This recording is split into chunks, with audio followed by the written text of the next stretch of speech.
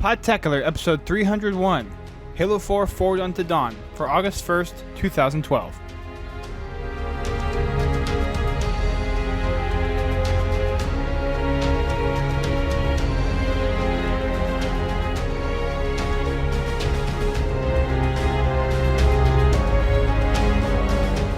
Hello everyone, welcome to Podtacular, the unofficial Halo Universe podcast. I'm your host, Storm, and this week I have 3 Waypoint moderators.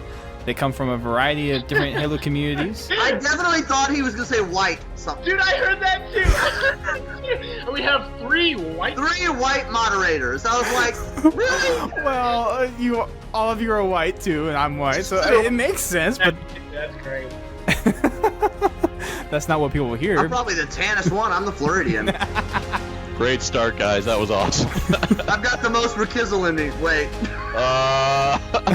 Why? How much do you have in you? I don't know. That's a conundrum. Yeah, how much I have in me. Dude, you're the whitest of us all, Dan. Yeah. You're like almost clear. Albino. I'm the new Halo 4 console. Yeah. So we might as well just keep going. As you guys have already heard, first up on the docket from HBO is GrimBrother One. Yeah. Yeah. The Floridian. For real. Or Born and raised, not many of us. All right. Next on the line, we have Nevin Douglas, a.k.a. CruelLEGACEY. What's up, guys? From Playtime. Thanks for having me on, man. Thanks for coming on. And finally, we have the young one, Dan Hamill, a.k.a. Greenskull. He's in the from room. Ready Up Live. What's up, guys? Thanks for having me on, man. Thank you for coming on. Sorry, I just wanted to be as cool as Nevin. You keep trying there, don't you? I try, man. I'll never get... You know, the height and the age, there's just, you're always going to fall a little short. Yeah. Worst case scenario, I'll always be able to pack on a few more pounds, so I'll outweigh you too. Yeah. At least you're taller than Jess. I mean, Well. That's not saying much. Yeah. So are grunt plushies. Oh, poor Jess. She goes on vacation, and look what happens while she's away. Just talk behind her back. If we'd have gotten a bulletin, I wouldn't have said anything. yeah.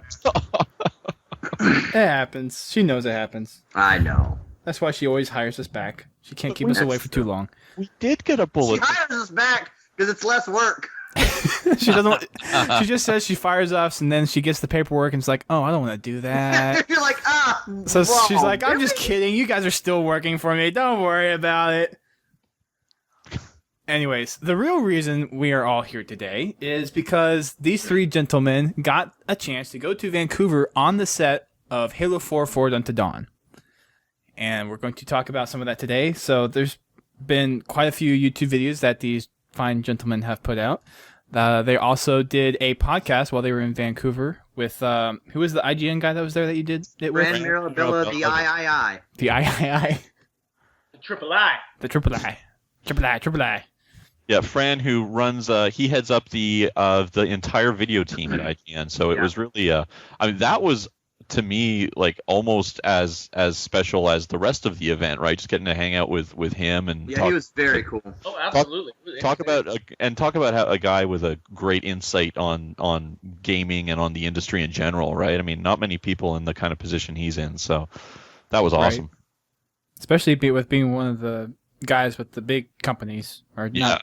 I mean, consider IGN a company or a community. How it's kind of dual purpose at that point, but it's nice to see that. I guess from your perspective, seeing the fervor in some of the guys that work for these bigger organizations. Yeah, just the excitement light up to them when you get to know them on a personal level. It was really cool just having that, the casual going for drinks together kind of thing, right? Like just being like just treating it as a super casual thing, and it was. I was completely honored to have him there, right? And to hear the same thing back from him, right? That he was so excited to be hanging out with us too, right? It was something. Yeah, that was definitely very cool and really refreshing. Honor to hear kind of that stuff from him. Yeah. Really. Because it's one of those things when you look at places like IGN, Kotaku, Joystick, you don't really get that one-on-one feeling that you just get with posts or videos that get put out. But for us, when we do a podcast and when our communities know us really well because they're familiar with the work that we do, it's a lot more, for lack of a better word, intimate, and we're comfortable with what each other say, and there's a lot of trust there. But once you get to a bigger site like that, some of that is kind of mystified. But it's nice to see that when you actually get the chance to talk to them one-on-one, there really is kind of the human side to them. Definitely, and I think he was able to appreciate things in much the same ways that we did, and he was able to see things like he's a guy in particular who he's also come from the more grassroots fan community with he did a lot of work for a community site that was looking at Nintendo consoles, and he spent a lot of time studying the hardware specs behind the what was originally called the Dolphin, and so he comes from a position and a situation very similar to all of us. So he's a guy who's really seen the whole picture in a lot of ways, right? Which was just very, very cool to get to talk to him and see his insight onto things too. Right. Sure. Sweet.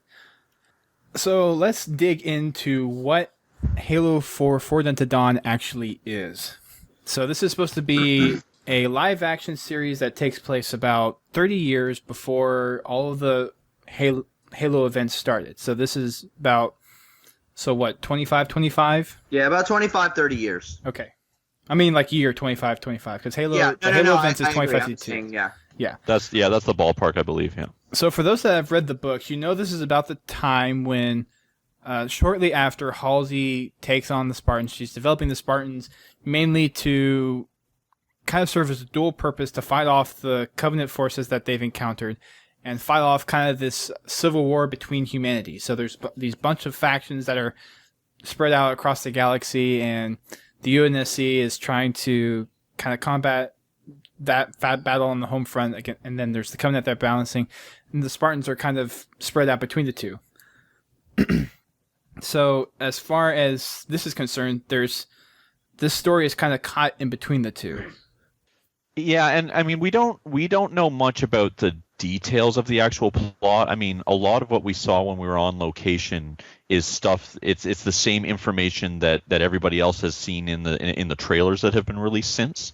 But what I've gathered is that we're going to see the situation kind of transition throughout the course of Forward Unto Dawn. Like, I get the feeling that when this show starts, the Covenant aren't even really a thing yet as far as humanity's concerned. I mean, we don't know one way or the other if maybe there's been some limited contact that only very high-ranking people know about, or maybe there's been no contact and we actually get to see the first. Yeah, I wouldn't be surprised if it focused a little more up front, on the insurrection, and then if they mentioned. If they mentioned what happens on Harvest and everything, because obviously that was the first world to take that hit. And we don't even actually know, if I'm not mistaken, we don't know what planet this takes place on. That's, I believe, correct. I don't think they've confirmed that yet. No, I don't think they have. And judging by the and you see it in the trailer too, judging by the reactions of the cadets when the Covenant arrives, I mean, they're obviously, how are these things, and it's something that they're certainly not used to facing. So it certainly seems that if there is knowledge, it is probably very limited knowledge.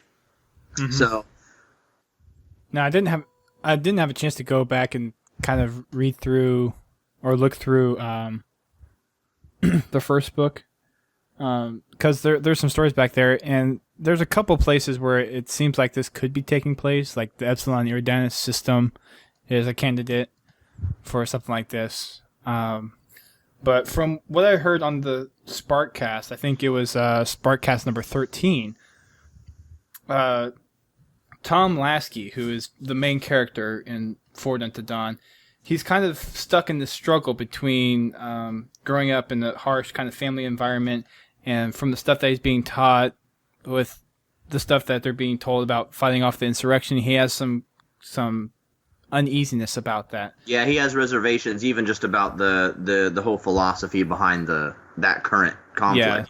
Yeah, fighting against humanity when there's this looming threat. And I have a feeling that throughout this series, there's going to be a hard transition somewhere where the Covenant just comes swooping in, and that's going to basically change his view of the war.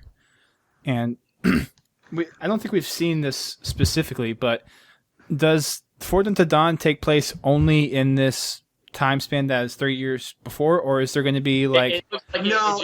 it jumps back and forth, right? Yeah, For because instance, at the very end of the trailer, for example, you hear the Forward Unto Dawn distress signal from Cortana, and that is, I believe, Lasky who answers and who says, "Play it again." Yeah. That's right. Yeah.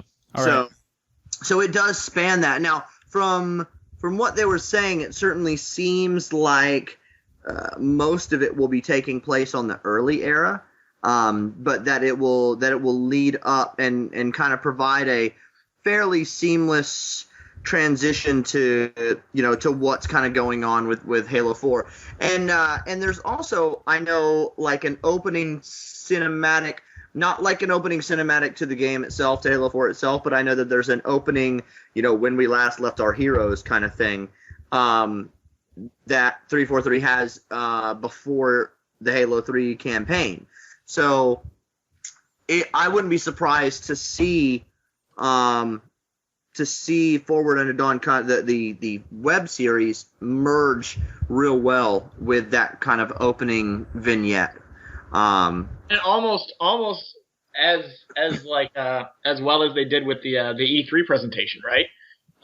Where it's so conveniently went from that from live action to the gameplay. Yeah. From the commissioning. Yeah, I think it would merge that seamlessly. Yeah, I agree. It'll be very interesting to see just as a whole how it's handled, because the whole transmedia thing is not like new, but it's still very young. And video games are starting to do a lot of that. I mean, you see that in the Assassin's Creed series is one of my favorite series, and they have live action films, they have animated films, they've got comics and graphic novels, they've got standard novels, they've got the games that. And you've got that, obviously, that history with Halo as well. So it'll be really interesting. And I've always kind of thought that doing a Band of Brothers / Battlestar Galactica, style long-term series, to me, would actually be better, more desirable, even just as a fan, than a movie. Mainly because I know that, when the movie's done, it's kind of done, but like a series has a lot of potential to really go on. And to me, the Halo universe is so deep, and there's so many stories that you can tell, and it has so many idiosyncrasies and so many assets as well. I would love to see something like long term where, some episodes you're seeing, warthogs, and another episode you might see a fleet of Hornets or some Falcons or shower sequence. Elephants, so like all over the place. So it would be really, really cool, some vultures or something like that to see. So I mean, I'm already looking forward to see, after all the post production is done and the series is going, I would love to see, off in the distance in the Forward Unto Dawn web series, seeing like a vulture or some Hornets or Falcons or something. Just and Frank and Kevin alluded to that when we were doing the interviews with them, that one of the coolest things about it is just seeing the stuff in the Halo universe, in the games and in the fiction, be realized. And obviously, a lot of that in post-production would be CGI anyway, but it still has that element of being, all live action and seeing something that's more real than necessarily an in-game asset. Yeah, I think the way Frank described it was that the seeing the elements of the Halo universe in real life, there's a real powerful charisma to it.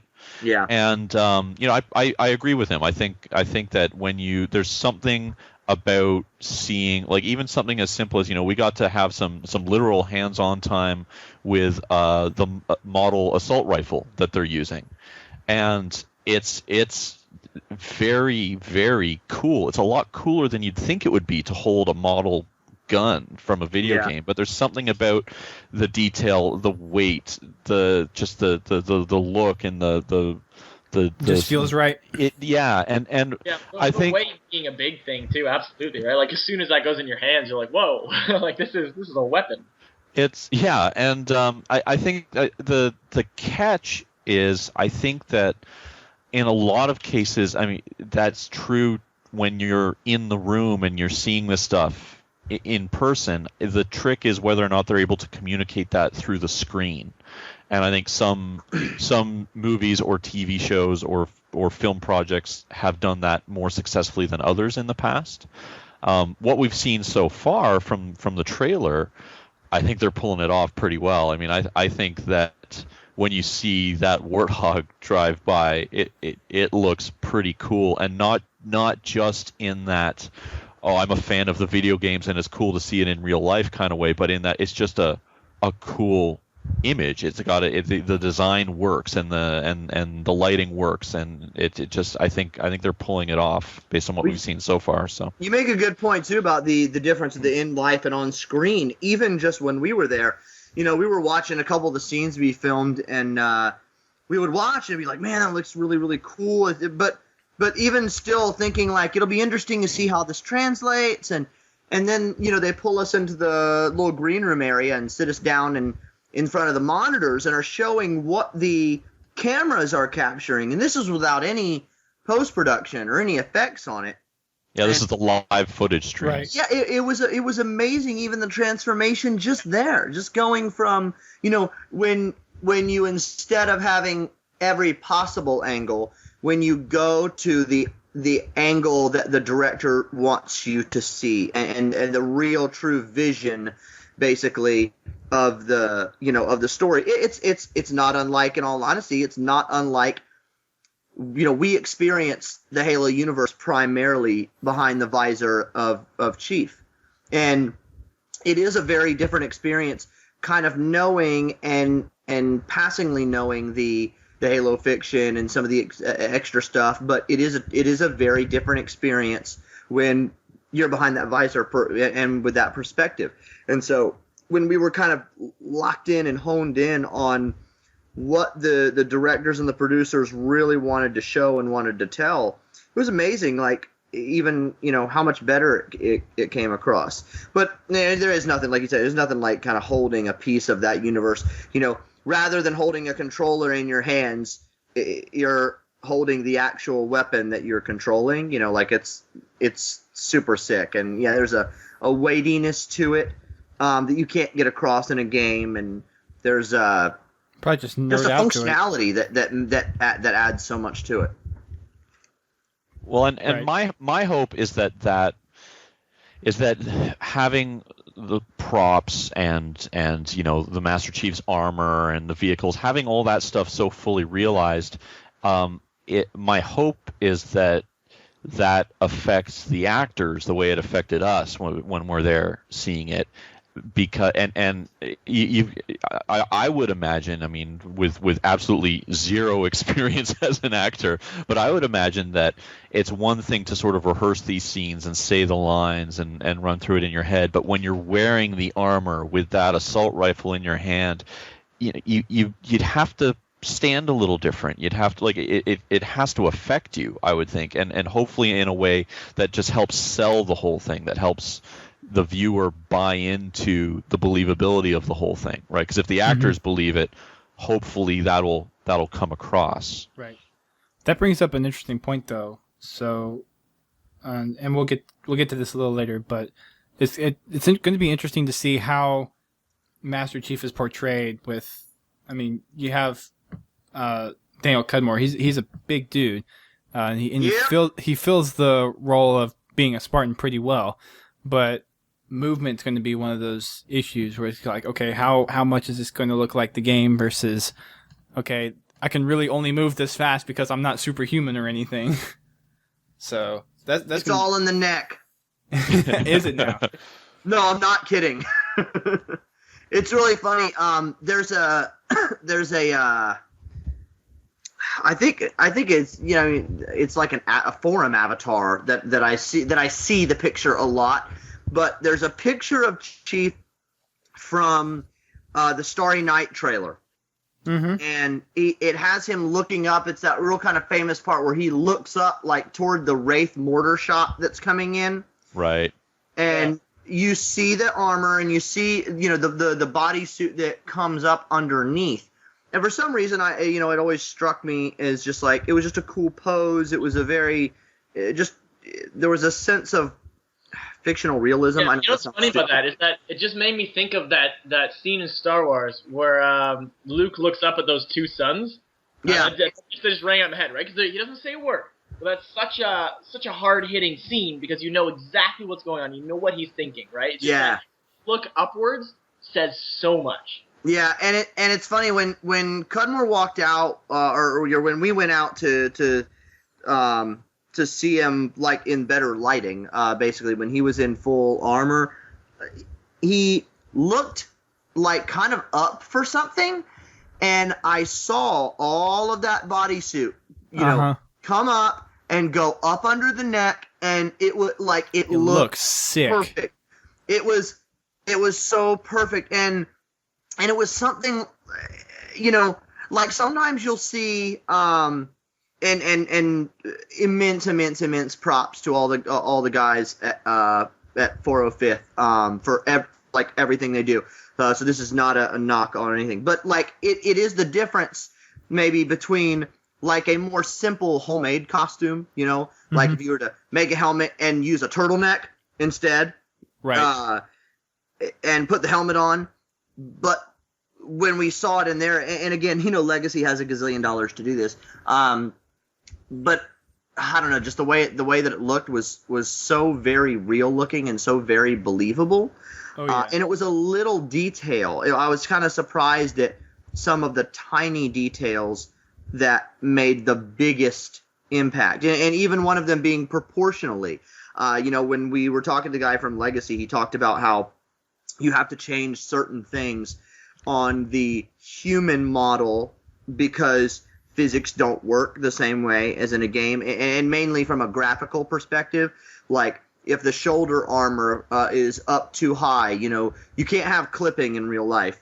Like you have to be able to move in a certain way. You have to, the armor pieces have to fit together in a certain way.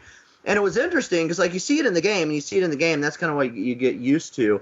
And it looks right, quote unquote, because that's what you're used to. But then you see it on a real human, all of a sudden that looks more correct because it's become kind of like justified in your brain. You look at it and you're like, wait a second, a real human can wear that. They can wear something like that. It does look correct. And some of those little minute changes they made just for the sake of practical proportions made a huge difference in the overall even visual feel of the piece. So I really think that you obviously see it in some of the footage in the trailers, but I'm super excited about seeing it in full motion with everything involved and all in context as well. I think it will blend really, really well. As much as a 7-foot super soldier can blend. Well, I mean, it's the green armor. It's supposed to be kind of camouflage-like, so there you go.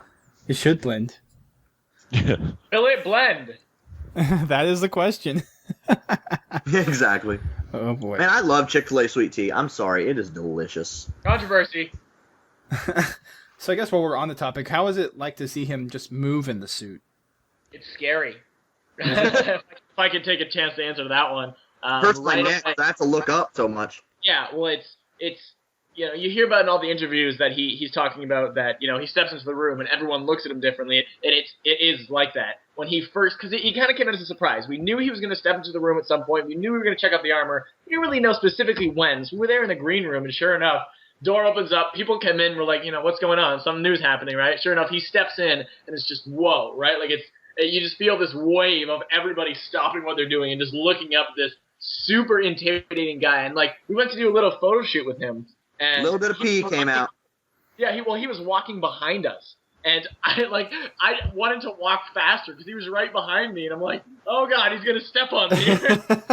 Jessica was kind of freaking out because of that, and we were probably purposely, twice her Frank and height I in were that purposely suit. walking slow in front of her, and she's like, guys, speed up. We're like, what? We're talking. We're having a conversation. He's right behind me, and I was like, I know. I mean, his belt was right behind her, so Yeah, I was saying he's probably twice as tall as she is in that suit. it was actually super funny, the juxtaposition of her with him like there in full armor. She was adorable to watch because she's, you know, and it was really cool actually, and we absolutely love Jessica to death. I mean, just as a human being, you know, Halo notwithstanding, it was neat to see even someone like herself. You were kind of reminded that like she was a fan first. Oh yeah. Like she straight up hid the first time. Like the actor came in and she had all of a sudden developed teleportation powers. Like straight up vanished. And it was really funny. Like you could see him, and when he came in armor, she was just like, oh, hello. Like, it was just so funny because you could tell, like, she was super kind of geeking out over it, which is awesome. Definitely put, like, sometimes you forget, right, that it's these kind of figures in our community. You know, it's she is one of the faces of 343, right? And to realize that, holy crap, you know, she was and is one of us, right? She's just a fan who loves Halo, who is, you know, puts on pants one leg at a time, right? It's really interesting. Yep. It's just one of those nice things to see that people really do care that are making the game. Which I think is one of the reasons why Halo is so successful. Is because you have people that are dedicated into making the game that we all want to play. Well, it's something that I was talking about this with. I recorded a show just last week with a gentleman by the name of Christian Spicer. And we were talking about this idea of, like, you know, at what point does, you know, how resilient is the Halo franchise? At what point does it start to feel dialed in? You know, the way some people might accuse the Call of Duty series of sort of transforming into a kind of it's sort of a given that the game is going to come out and it's going to be a certain way, and, you know, not to take anything away from the unbelievable passion and hard work of the people on the dev team, but there is a certain, you sort of know what to expect every single time to a certain degree, and so we were trying to, you know, talk about, well, you know, how does Halo avoid that going forward, and I was theorizing that, at least for right now at the moment, I think that the Halo franchise is in the best shape it could possibly be in, because, you know, you had Bungie, who deserves all the credit in the world for creating this amazing franchise and making it what it is and being the passionate fans that they are. But there comes a time where, you know, the studio had been making the same franchise for over 10 years.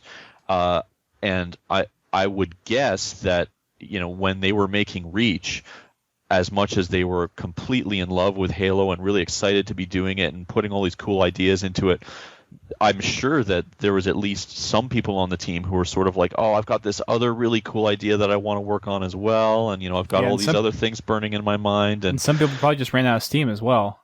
Yeah, and so, but it's like we've been working on Halo for so long. Yeah, and right now with 343, I mean, they have the advantage of being in this position where every single person in that building knew exactly what they were getting into when they started there, right? Like, they're all there because they want to make Halo. And, right. You know, 10 years from now, it's going to be a challenge to maintain that. Like, how do you maintain that passion and that drive and that enthusiasm over the course of time? But right now, this is a fresh team of people who all want to be doing Halo more than anything else in the world. And I mean, that makes me really excited just thinking about it, right? What are these people gonna be able to do with that much enthusiasm? Yeah, absolutely, right? It's one of those things that it makes me frustrated when I hear people, you know, you always got the haters who say, you know, it's not Bungie, so Halo's gonna suck, right? And I've always thought from the start, you know, why would it suck? Because, you know, like you said, you have this team who they want the game for themselves, right? Like, they're making it how they want it. It's not some company that's going, hey, let's force this out there. We have someone breathing down our necks. We got to get this out. It's everyone who just wants to make an incredible game. And because of that, I know Halo 4 is going to be amazing. Well, it partly sounds like rampant naivety to it, almost like it kind of makes it sound like you're saying that Bungie's the only good developer out there. Yeah. Like, if Naughty Dog made a Halo game, it might be awesome. Like, and again, I know we can get into the semantics of like, oh, well, would it feel like Halo, or what I'm saying is, good developers are good developers, and yes, there are going to be artistic differences and philosophy differences on what makes it good and not. But I mean, 343 Microsoft spent a lot of time assembling a team at 343 that is full of people that meet two main requirements. They're really good at what they do, and they really wanted to make Halo. And, like Dan, like you said, it's a great point that, like, a lot of times you may work for a developer and decisions are made above your pay grade that you're going to be working on a game you didn't necessarily want to be working on or know you'd be working on, or, So when you're everybody there knew they were getting into Halo and, and wants to be there. They were there for that reason. It's a common thing among developers to go into crunch time, right? So that you'll be spending so many hours overnight, right? People will be leaving the office. You'll be the last one there, still working on stuff. And if it's not something you're passionate about, that would just be excruciating. And you can relate it to so many things, like any kind of job you can think of that you really weren't a fan of. That the further it goes on, the longer you have to stay there. The more you're like, this really sucks. But if it's something you're passionate about, you're like, screw it, I'll stay here for a week. I just want to get this done, right? Like, I love this. I just want to keep making it as good as I can make it. So people will put those extra hours in because of that. Yeah. Yeah. It's good to know, though, that there's a lot of people here, or at 343, that are either fans or were part of Bungie before, and then there's another group that weren't necessarily part of Halo before, but they're really, really looking forward to doing something with Halo. Like, they have a vision for Halo. Yeah. Absolutely, yeah. And I think it's something that, sort of to bring it back full circle, this started with us sort of, talking about Jessica's reaction to seeing the Master Chief.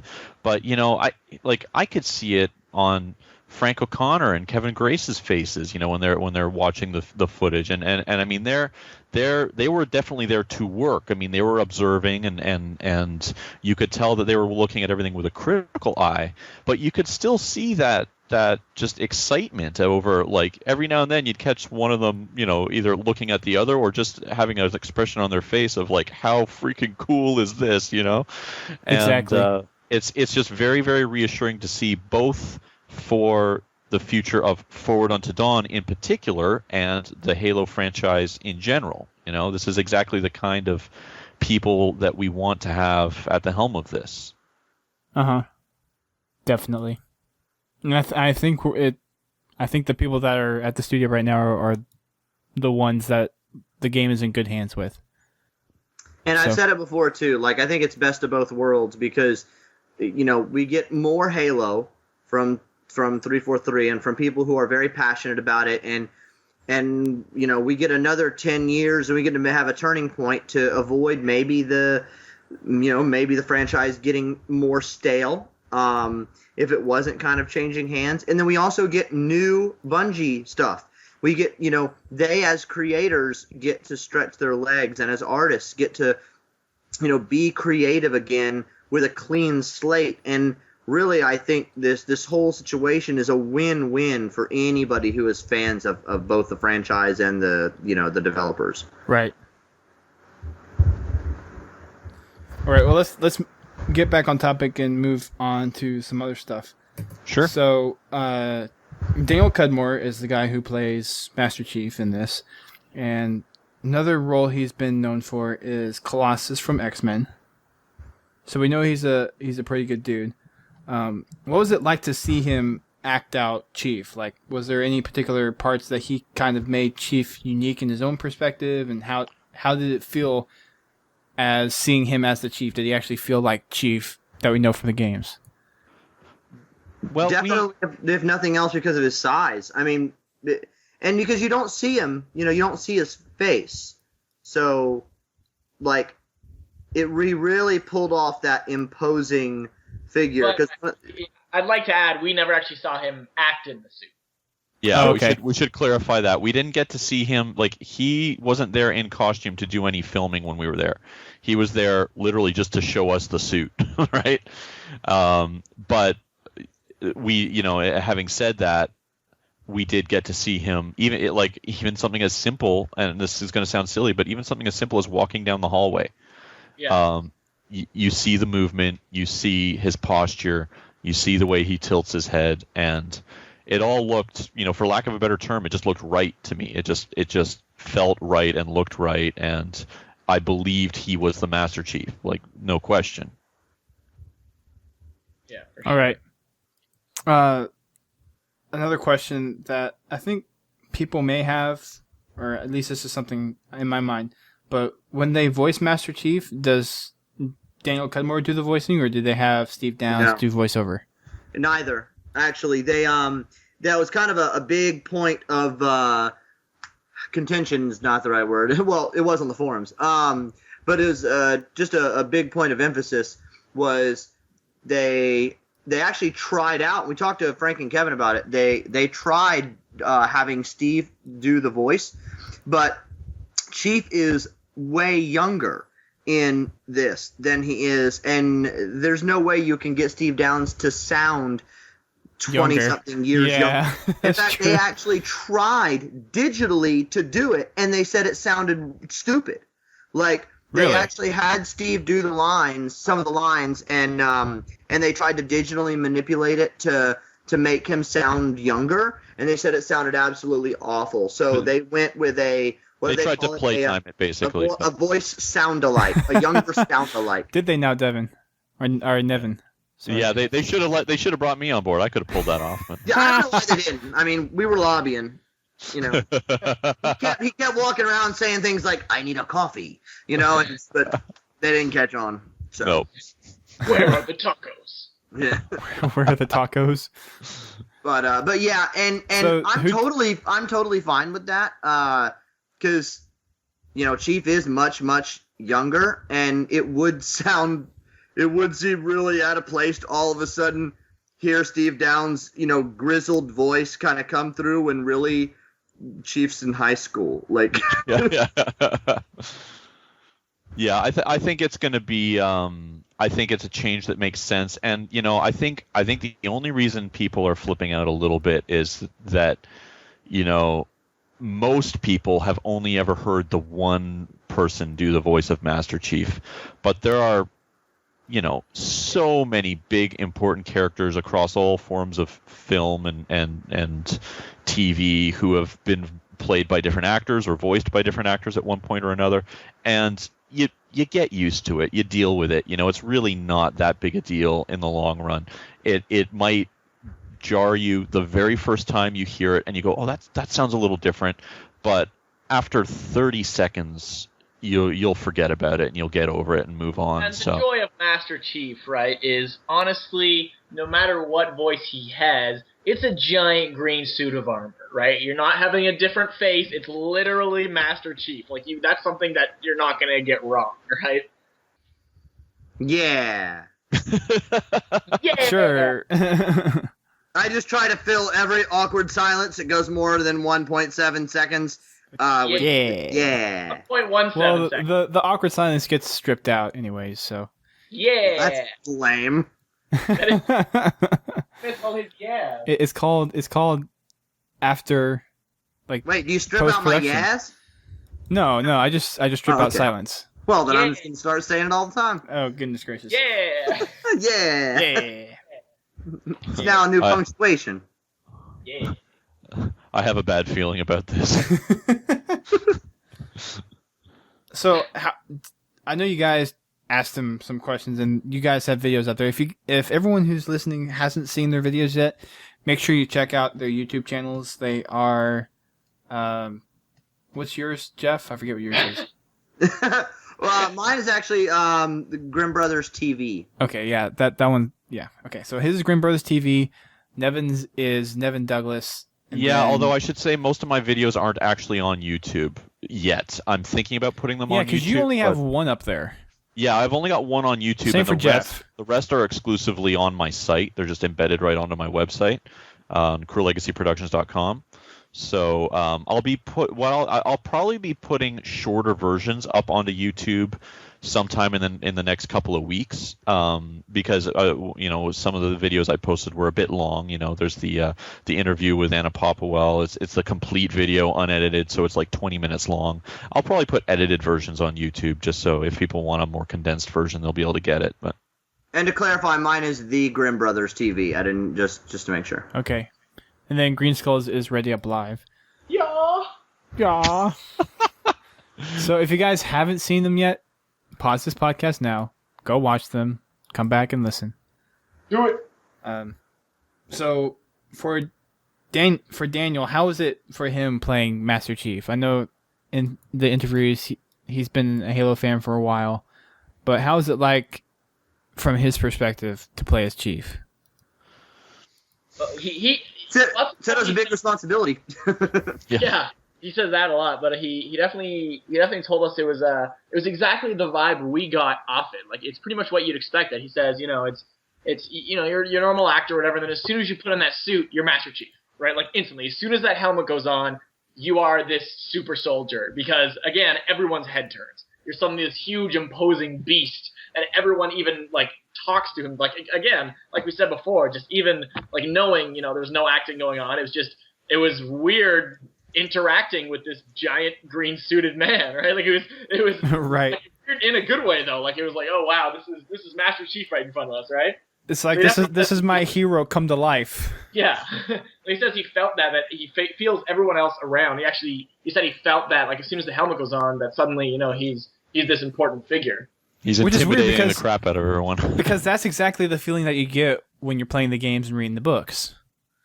So it's cool that effect translates to reality in some way. It hit me really hard, and I mentioned that on the podcast that we recorded in Vancouver, that we were walking down this long hallway with him, and you see everybody, crew, other actors, everybody stops and just turns and watches him go by, and it's exactly like what happens when you're playing the games and you walk down a hall and all the Marines stop and look up at you and take notice. They nailed it, right? It's just it's amazing. It makes you appreciate what an amazing touch that is to have in the games in the first place, because it's such a realistic reaction to seeing this 7-foot-tall super soldier walk by, right? Right. And then it makes you realize that they got the suit right and they got the right guy in the suit, because he draws that same reaction out of people. It was very, very cool. That suit looks fantastic. Yeah. By the way, I mean, the picture that we saw, or the initial promo pic for the Forge of Dawn, looked pretty sweet. I thought at first it was like a CG cut for that picture, but then when we saw the actual trailer for it, it's like, no, that's the real thing. It's like, wow, they put a lot of good detail into that, and they did a fantastic job. Oh yeah. And the underlying suit, I mean, wow. That looks like it almost comes straight out of like Halo 2 or Halo 3. Yeah. It's very, very cool. Very, very well done. So, but yeah, kudos to him for playing the role and being 7 feet tall in that outfit. I heard on the Sparkcast that they actually had to make another inner suit because he wore out the first one that they made. Yeah, that's what we saw him in, was his backup. Yeah, because which just is a testament to how mobile he is. Like, he was doing so much running and jumping and in the action sequences that he just tore the inner suit to pieces. He blew it out, and they had to make him a new one. So, that's what I like to hear. Wow. Yeah. That you would think for a suit that they wear the whole time that they would account for something like that. Well, I guess to a certain degree, I'm kidding. They don't. But also, I guess, that's being facetious. They don't also. Maybe they also don't necessarily plan on that level of mobility for most of these types of costumes, right? Or maybe they do, and they usually build lots of spares, and we just don't hear about it. There's obviously a leak in this hydrostatic gel layer. You hope that's a leak. All right, so the main character, let's move on to him, is Thomas Lasky, played by Tom Green. Mm-hmm. Not that Tom Green. Yeah, different Tom Green. Daddy, would you like some sausage? So, we haven't seen him much. His big film today, according to IMDb, was Dance Academy. Yep. So, he's a fairly new face to movie making in general. And what was it like to see him play as the main character? Basically to portray someone like a Marine in the Halo universe, and then his encounters with Chief. How did that play out? He was definitely dedicated. You know, even from the interviews and watching him act and stuff, he was absolutely into the role, which is something that the vibes right away, even before talking to him. Because we actually had quite a bit of time to hang out and chat with him. We had lunch with him and stuff. You know, he was very passionate about his role, and that's really like what is the most important part of having that main role. Right. Yeah, I definitely. Yeah. I got a. I mean, yes, as Dan said, he was very, very enthusiastic and invested in the role. I mean, he definitely, you could see that he was aware of just how important it was and what a big deal it was. I really like what we've seen of him so far and how he's portraying his character. I think he's bringing, you know, a good level of. I mean, it's hard to say seriousness without sounding totally cheesy, but I think what we've seen in the trailer does a good job of communicating how conflicted he is at the moment of Forward Unto Dawn. You know, for reasons that we've gone over already, that he doesn't necessarily buy into this war against the insurrectionists, and he has a lot of problems with the training he's being given and what he's being taught. And if I can interject real quick in there too, I also got the feeling that because of his lineage, he was having some issues with that as well. It's kind of like this predestination thing of this is what the family does, this is who you are. You know, his brother is an ODST. It's, you know, like, oh, this is not even necessarily like more of like an addition to the reason that the war is being fought in the first place, but just the fact that it's expected of him to just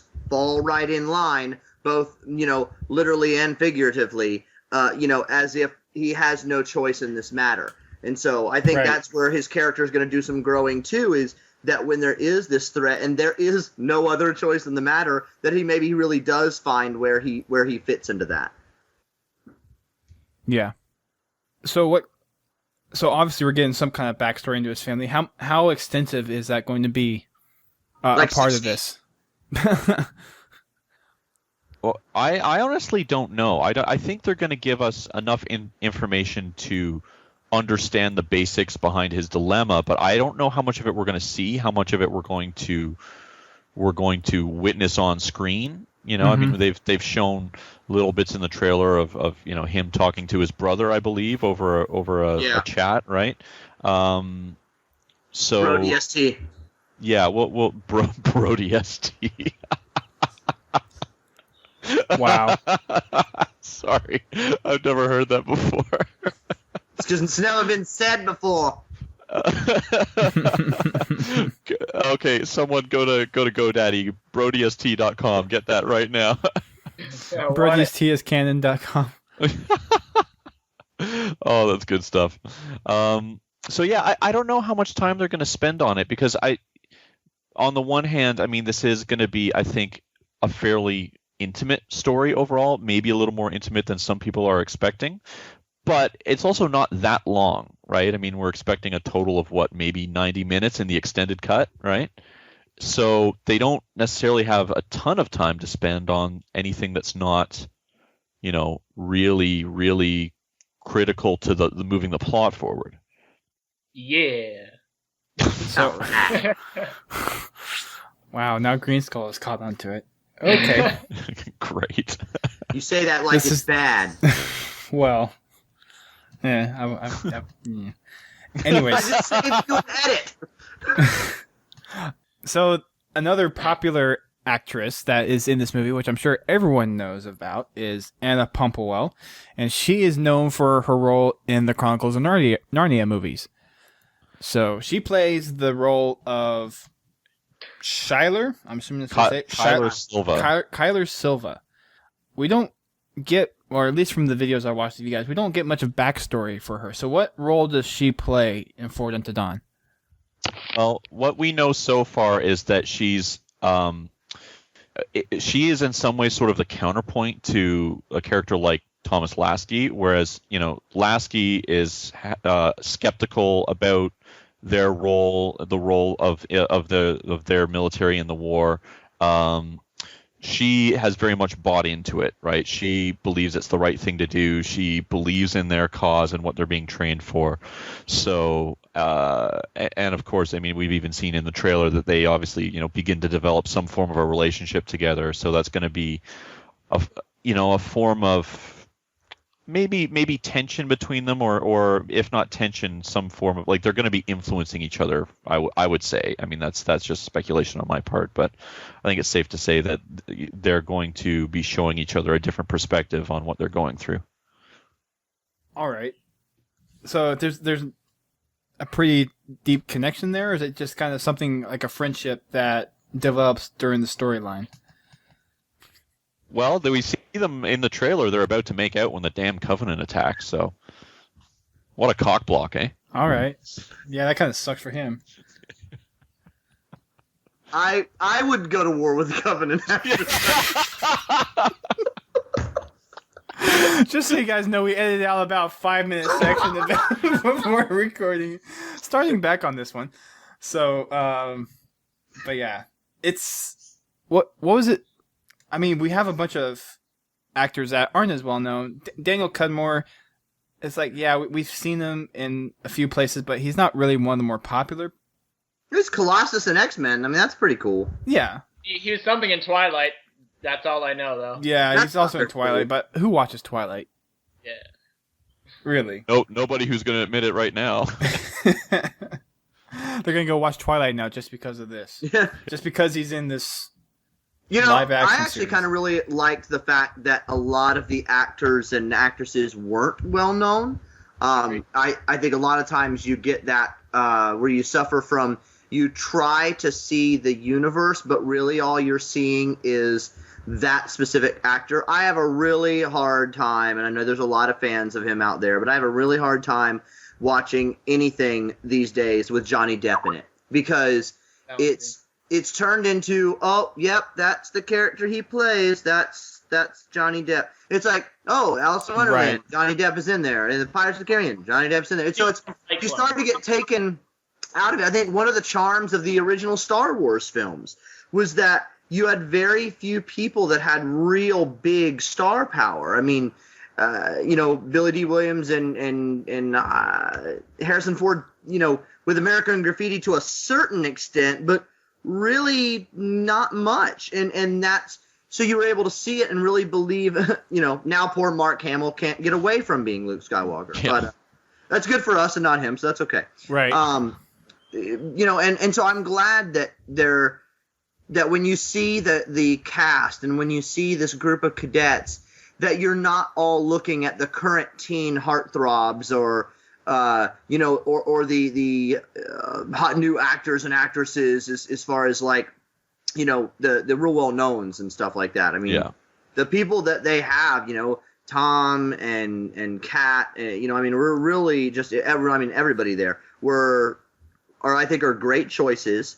It's you at least alleviate some of that barrier between getting to know the characters and seeing them as pieces of the Halo universe and not as actors who are kind of playing a role in the Halo universe.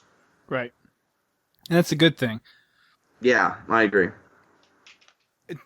I would think it would be better to have a lot more people that are smaller or not as well known do something like this. I think it kind of opens some doors. Because if you go big production style, then people are going to expect a lot more out of something.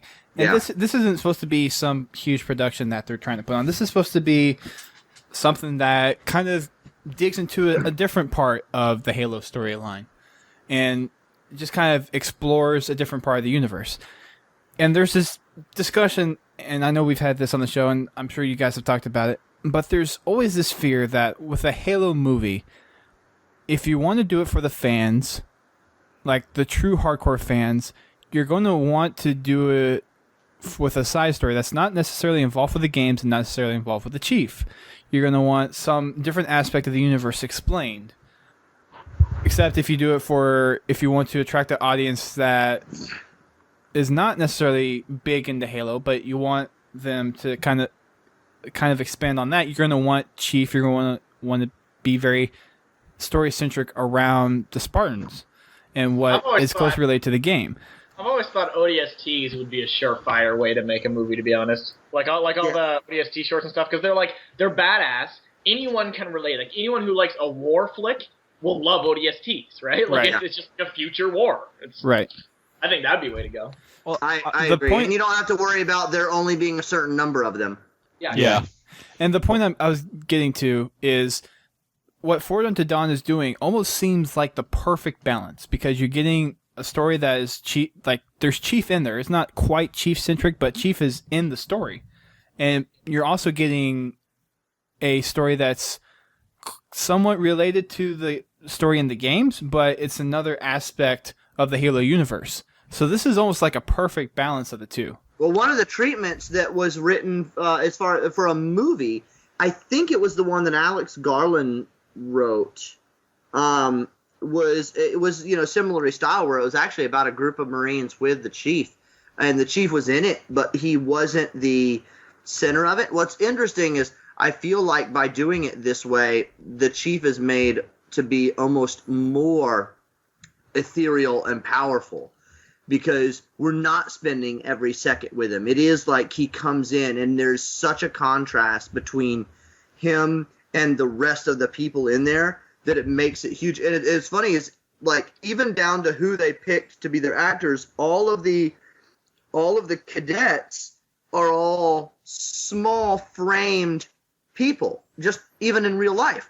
Yeah. So seeing them next to the Chief, like, just makes just drives that point home of the, even just visually, that the Spartans were literally head and shoulders above the other humans that were around them. There's a great moment in the trailer, and this I'm going to be doing I'm going to be releasing a video sometime in the next week or two where I'm going to go through the whole trailer and sort of freeze frame moments and slow stuff down and put some commentary over it.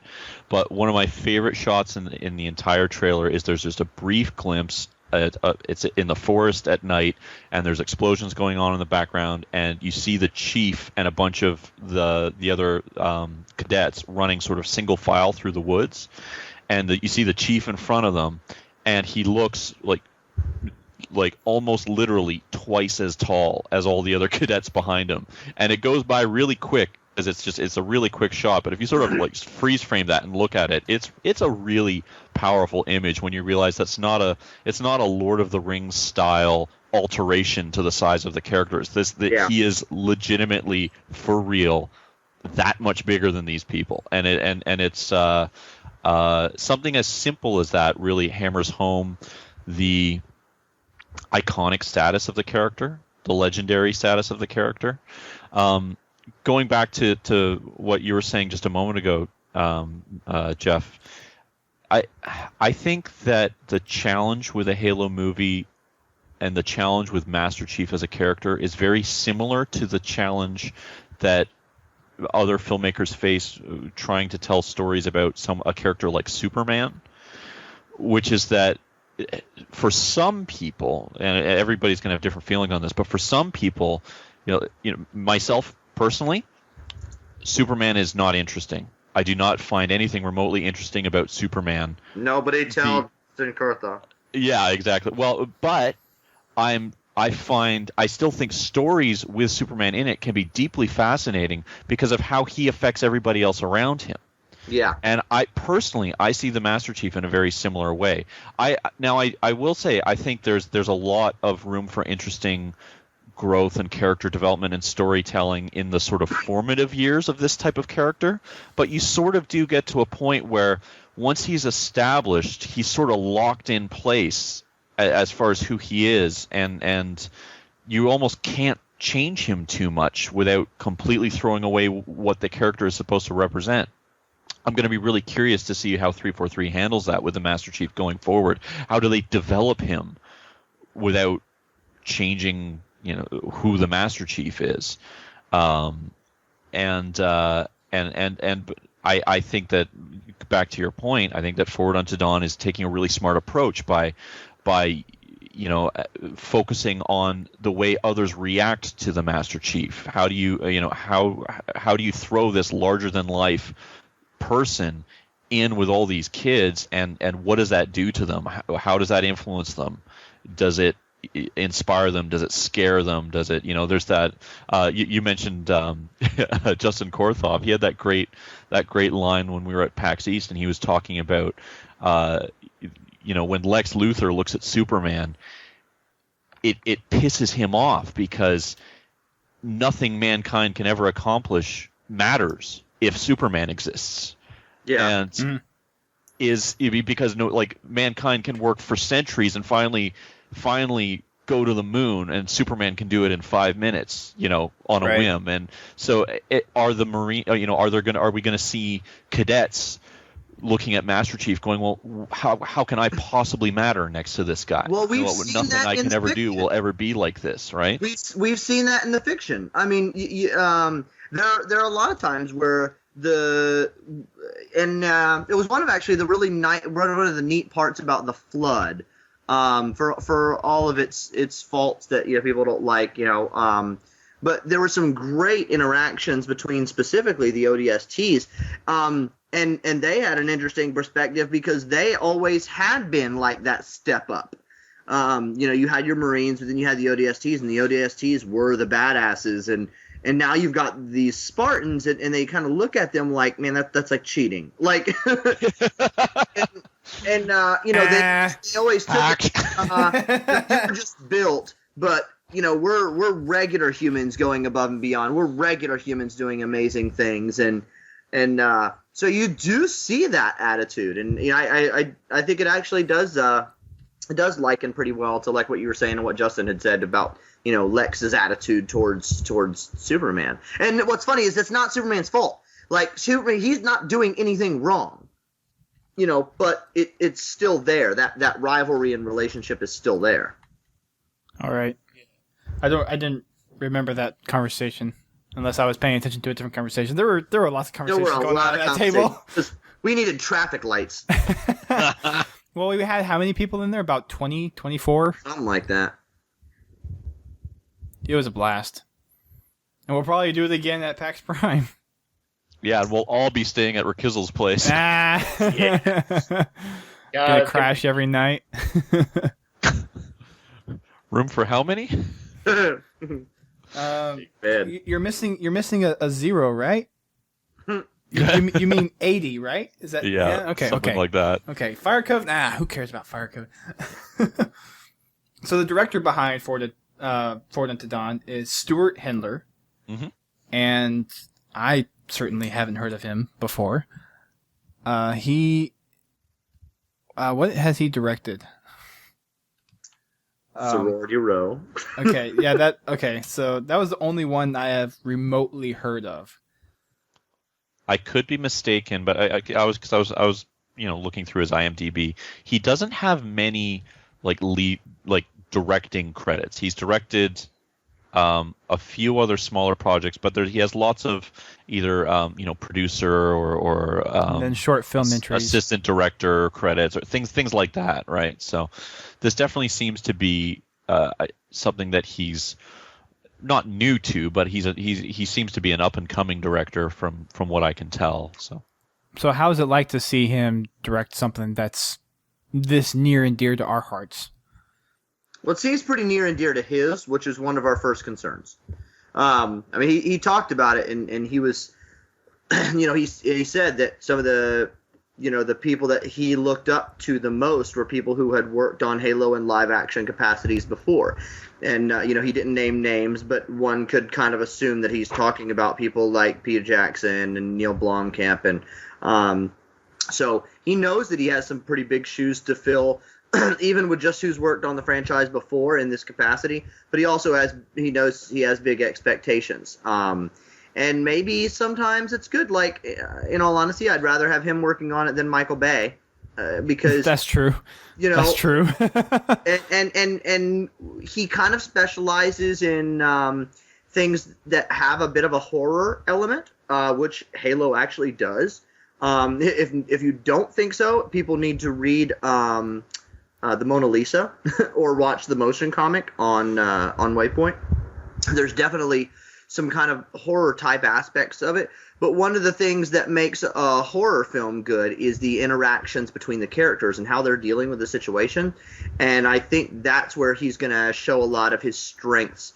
There was a really good podcast, actually, one of the latest Sparcasts, they were talking about him at 343 and saying that he's also just a really, really, he's efficient. He's not into like a lot of fluff with things. He really has a good, strong idea about what he wants to see, and is really good at getting the best out of the people that are around him. And that's, you have to do that to be a good director. So right. Maybe it will help that he doesn't come from this long laundry list of sci-fi epics, because either A, we're not going to be comparing it to a gazillion other things, being like, oh, it's just like this, oh, it's just like this. And B, he's not going to try to shoehorn a bunch of stuff from things he's already done into it. Right, yeah. That was going to be the other thing. If he had just come from doing Avatar and Prometheus and War of the Worlds and District 9. And, I might be a little worried that he's just going to try to take, those things worked in this, and I'm just going to make this fit into Halo when maybe it's not supposed to. Right. So how much interaction was there between him and Frankie and Kevin kind of directing the whole thing? Like, was Stewart basically directing everything? Was he basically given the reins to do whatever he wants, or how involved was Frankie and Kevin in this whole ordeal? Well, you let talented people be talented. I mean, right. As far as you kind of have to parcel out the responsibility there, because as far as a director goes, Frank and Kevin are not directors. They're not film directors, and they know that, and they stated that. You let those people, you put those people in the positions that they're in for a reason. Otherwise, why have them there? So they were very happy to let him show his strengths.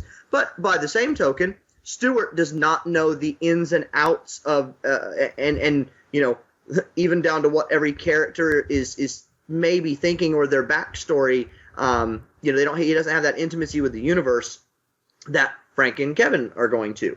So it really is a combination of making sure that there's a synergy there.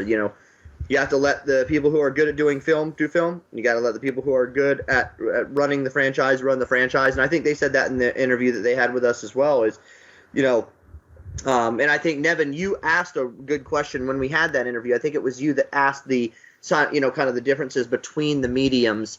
Doing something for a game versus doing something for long form film versus web series film versus And and they said that basically that you had to get people that were good at that.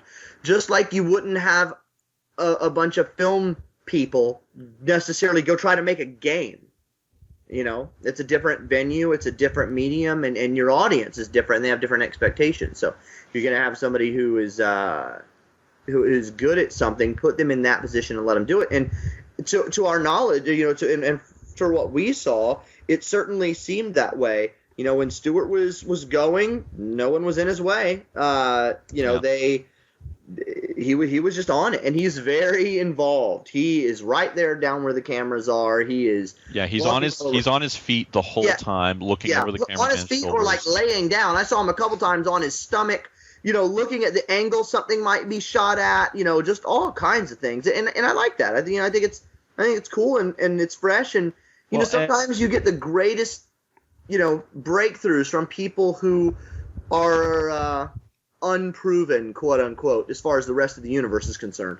Well, and the feeling that I got, and this is also, I should say, again, just pure conjecture on my part, but, as far as the interactions between the director, Stewart, and with the franchise team at 343, like Frank O'Connor and Kevin Grace, all that work really, you'd think, would have to be done before you're on the set, right? Like, I'm sure they spent, hours and days and weeks planning, talking, asking all the questions, answering all the questions, getting everything together.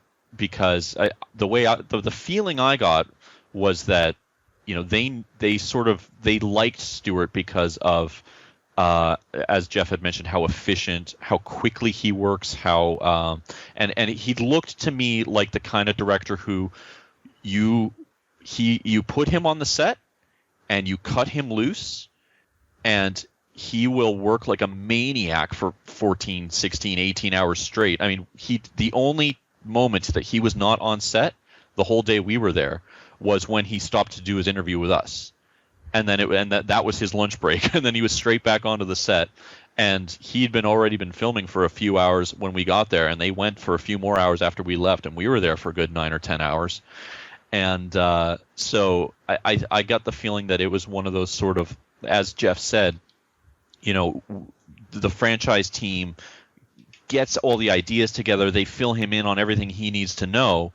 And they're right there if he has a question midway through. But other than that, it's sort of like, I got really excited watching him because I saw that sort of creative hunger of like they just let this guy off of his leash and he was just attacking it, right? And just shot after shot, scene after scene, as Jeff was saying, he was right up there with the cameraman, using his eye to make sure that every angle was right. What other angles could they use? He clearly wasn't afraid to improvise and try new things on the fly, but get it done well and get it done quickly as well. So, all right.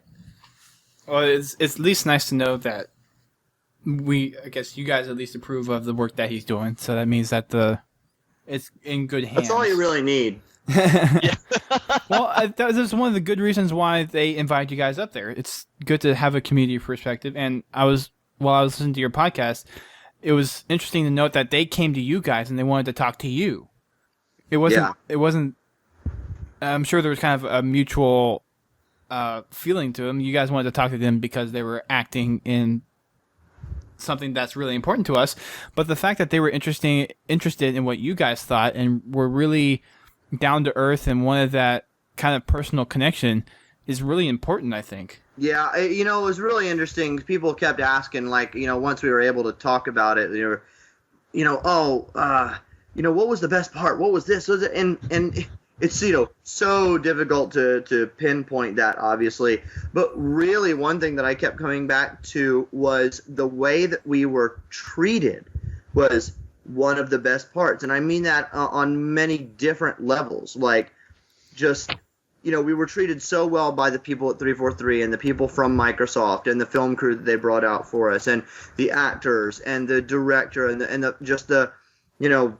the specifically movie people that were there and the producers. Like, they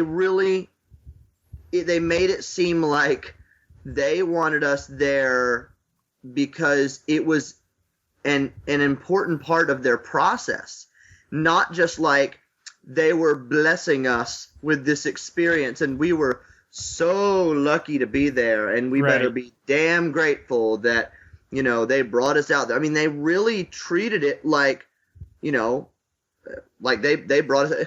Yeah. I don't want to say like they brought us out there like as consultants because I think that's inflating us too much. But it felt like that.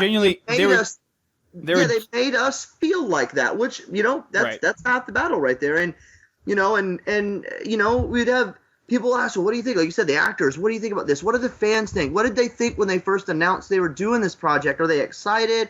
We really want them to be happy. I really want to do my character correctly, and this. And, we'd get stuff from Frankie and Kevin. Kevin would ask, what do you think about this?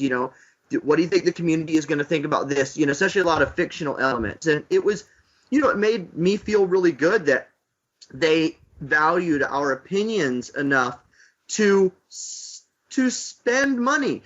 It's not like they took us in where we were already at. It's not like we all just kind of lived there already and they're like, let's invite these local guys that won't cost anything. Like, we were as far away as possible. I was as far away as possible. You were freaking on the other side of the continent. Yeah, so it really was just the way that we were treated. Like, Microsoft is a corporation. Yeah, they want to make money. So do I. So, like, obviously, there people are going to have issues with business practices and blah, blah, blah. And I, as to avoid fanboyism. But you know what? Sometimes you can only go by your direct interactions with them. And I know I speak for me, if not all three of us, when I say that I was just ridiculously impressed by the people that Microsoft has in place running these kinds of things. Because say what you will about Microsoft themselves as an entity, it's still people that run it, and the people that we dealt with were nothing but immensely respectful and very gracious. And it was just a really cool experience, and that made the whole thing. Because if we were to go and experience everything and see all the cool stuff in the set, and we were treated like douchebags, and we were treated like just kind of shuffled around and shuttled like, oh, see this, see this, see this, see this. Okay, don't go here, don't do this, don't touch this, don't say that. That would have hampered it, and it wouldn't have been as cool no matter how much Halo you slapped on it. So, right, that whole thing, like you said, it was just really neat to have them kind of at least seem like they genuinely wanted our opinion. If they didn't, they did a damn good job faking it. So, I'm fine with either scenario. All right. A couple more things before we wrap up. The name of the place that they're doing their training is called Corbulo Academy of Military Science. We haven't seen that anywhere else, have we? I don't believe so. I think do as they, far do as they I go know, into detail on that at all in the series that you guys are aware of, or is this just it's something generic as of right now? They stayed very tight-lipped on that. Actually, there was a lot of stuff that they flat out, Yeah, there were questions that we asked that they would not tell us, right? Even though we were already seeing a lot of top secret stuff, there was some information that they're like, nope, we're not going there. So, and that was one of we know absolutely nothing about where this is, how it fits into the story, other than the fact that it's a training academy. That's all we know. All right. It was held at a bit like in real life. It was at one of the aerospace academies there in Vancouver. Right. And what was really hence the air hangar that we saw in all the interviews. Yeah, actually, those planes that are behind us in the interview, I mean, although we weren't really there, we were green screened in. Just ask any commenter on YouTube. Anyway, those airplanes that were behind us were actually the teaching planes that the students use there in real life, the actual students that go there. So, I mean, there were jets and, big stuff, small stuff, helicopters, all kinds of crazy things in there. And it's for the students to get their hands-on experience with. So it was really cool. What was really funny is that the actual physical space needed what seemed like so little alteration to make it look like a military academy. Up like 3 banners and suddenly it's Halo, right? Yeah, right? Pretty much. Yeah. Just polish the floors, put a sticker on it, you're done. Yeah. All right. Yeah. Hey, I was moving on. One of the things that I just thought up here a little bit ago, but there's always been kind of this interesting portrayal of humanity that the Chief shows off in some way throughout the games. And there's also, we see a little bit more with Cortana. But is there any kind of portrayal that we see of Master Chief having a human side in this thing? Or is it mostly this is one mean machine soldier that we have here and everyone is just as mystified as everyone else? Like, do we get any glimpse of Chief actually being a person? I'm not sure. Yeah, we honestly don't know. I mean, they told us so. We saw absolutely nothing of the Chief scenes being filmed, and they wouldn't tell us very much about how the plot was going to move or where it was going to go. The only guess I would take is that we've already mentioned that when this takes place, the Chief is quite young. He's I mean, we don't know exactly how old, but he's roughly the same age as the cadets, and I would bet that reveal is going to be a very powerful moment for the cadets, and it wouldn't surprise me if they play some reaction from the Chief into that as well, right? If that might be a bit of a glimpse into, even if we don't hear him say what he's going through or hear him talk about it, but we're seeing all these cadets go through this situation, and then the realization that, oh wait, he's not that different from us. Yeah. Physically he is, but I mean, he's got to be like you would just, as a human being, either as a viewer or as a character in that universe, you'd have to assume that he must be having some of the same issues that they're having. Or is he not? And if he isn't, then how the hell is he avoiding that, right?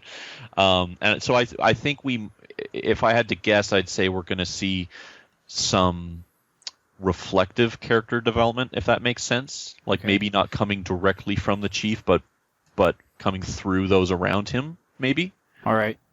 Because in the books we see a lot of times where he's like in the presence of some of these other soldiers and Marines. They're very uptight, very focused, and tend to not show emotion. And then is when they're with their own kind, when they're with Spartans or people like Halsey or Mendez, when they really start to show that, yes, they actually have a human side. And I just didn't know if there was possibly a portrayal of that in Forward Unto Dawn. Yeah, I don't know. I'll be looking forward to finding out, just right along with everybody else. All right. Last thing, the space mob. What? What about the space mob? What about it? What is it? What is it? That's what I'm asking. I don't know. You obviously know more than we do. The thing about it is, the thing about it is, in all honesty, is that some puppies have like big ears and some puppies have small ears, and no matter what, like you can never tell if any of them are gonna like apples, because you just don't know. You just what? I gotta agree with Jeff here. Dustin. It's the ears, man. These dogs, they have ears. It's so bizarre. I mean, all of them do. It's like you expect eventually one or two dogs to have none, or maybe even just one. Maybe like one that flops over forward above the eyes to kind of shield it. It's weird. To be fair, Dustin, I don't know what they're going on about right now. So bizarre. It is. I do like, though, however, I'm so confused. I do like the fact that the Chief's armor is the Mark IV, and I actually kind of like that it's the package version, and it felt kind of like a rounded, like a softer edged version of the package armor, which is they kind of like unanimate it a little bit. Strangest segue ever. Which is nice. Yeah. Puppy ears, but I like Master Chief's armor. I'm still trying to figure out how this relates to the space mobs. You keep talking about this Don't thing. talk about the space mobs. Yeah. So Forward Unto Dawn takes place 25 or 30 years before the games, right? Yes. Okay, just checking. Yes. As far as we know. We're really good at dodging questions, aren't we? Man, we should work for 343. We have a great relationship with them. Wow. Demons. All right. I guess that will be a mystery that remains a mystery. Yeah. Nothing else. Not always. No. You'll find out. The space mobs. What about the puppies? Yeah, they're great. Yeah. The Covenant secretly has been developing energy mops. Oh my goodness. Oh, the space mops. All right. Covenant got it clean too. That is true. That's true. Oh my gosh, the Skype chat's gonna go crazy here in a second. On that note, thank you guys for listening to this. We get a good behind the scenes look at Ford Unto Dawn. Thanks to Dan, Nevin, and Jeff from the YouTube videos, and I hope that this podcast has been a pretty good sum up of everything that you've seen so far. Just want to point out a couple of things before we sign off. We do have our Rooster Teeth poster auction that is still going on. We have a signed Freelancer poster that I was able to get from Halo Fest, and they were. I win that? You can if you go to eBay. Right now, there's one of the bids is over $100. Nice. Another one's at $44. Well, the other one's at $44. All the proceeds are going to Child's Play. So That's you fantastic. get a sign. It's signed by Bernie, Gus, Joel, Matt, and Caleb. You also get the Cortana Halo Legends poster, and then you get a Halo Fest badge as well. So there's 3 things in this little package that you can get. The bidding ends Saturday afternoon, so you have about maybe 2 days by the time this show comes out and you're listening to it. So if you want to get your chance in on that, make sure you can check out our site, Podtacular.com. There's a post up there about it with the links to both auction items. I have had it posted on HBO, it's posted on Halo Unity, and a couple other places. So make sure you check them out if you're interested. Also, please make sure you go and participate on our beta forums and help kind of shape the future of Podtacular. And hopefully those forums will be done by the time Halo 4 comes around, and we'll have a nice, pretty, and clean-looking forum. So, make sure you check out these guys. Why don't you go ahead and run down what your guys' Twitter, YouTube, where to find you, etc., starting with Grim. My Twitter is at GrimBrother One, all spelled out, and no spaces, obviously. And YouTube is the Grim Brothers TV, and you can find me over primarily over at halo.bungie.org, and you can also find me over at the Waypoint forums. Sweet. Nevin. Sure. On Twitter, I am at CruelLEGACEY. I can't spell, so it's there's an EY at the end. It's LEGACEY. I'm Cruel Legacy on the Halo Waypoint forums, so you can find me there as well. And of course, my website, CruelLEGACYProductions.com, where you can always find my latest videos there. All of my Forward Unto Dawn coverage is there, and playtime. And playtime as well. And you can get in touch with me through my site as well. There's a contact button, so you can send me an email and reach out if you want to. So. Here's to hoping for Playtime Season 4. Yeah, me too. Dan? My Twitter is Greenskull. My Facebook is greenskull.rul. And my YouTube is Ready Up Live. And ReadyUpLive.com is our gaming forum. It's pretty awesome. And over at Halo Waypoint, just like these guys. And yeah, I like puppies. Yes. You and Jeff like puppies. Oh yes, we They're do. nice. Their ears. There's just something about their ears. It's just so floppy and lovey. They're just great. Yeah. Yeah. All right. If you guys have any comments or questions about any of the stuff that we talked tonight, make sure you send us a email at submissions@podtacular.com, or you can go to our website and use the big green button there. You can also send us a voicemail at 206-339-6937. We also take submissions for any game types that you're working on, custom maps, funny stories, anything that's Halo related. Feel free to send it in via voicemail or email. Thanks again, guys, for listening to this show. And until next time, keep on fragging trucks. Podtacular. Podtacular. Podfather. Potterera.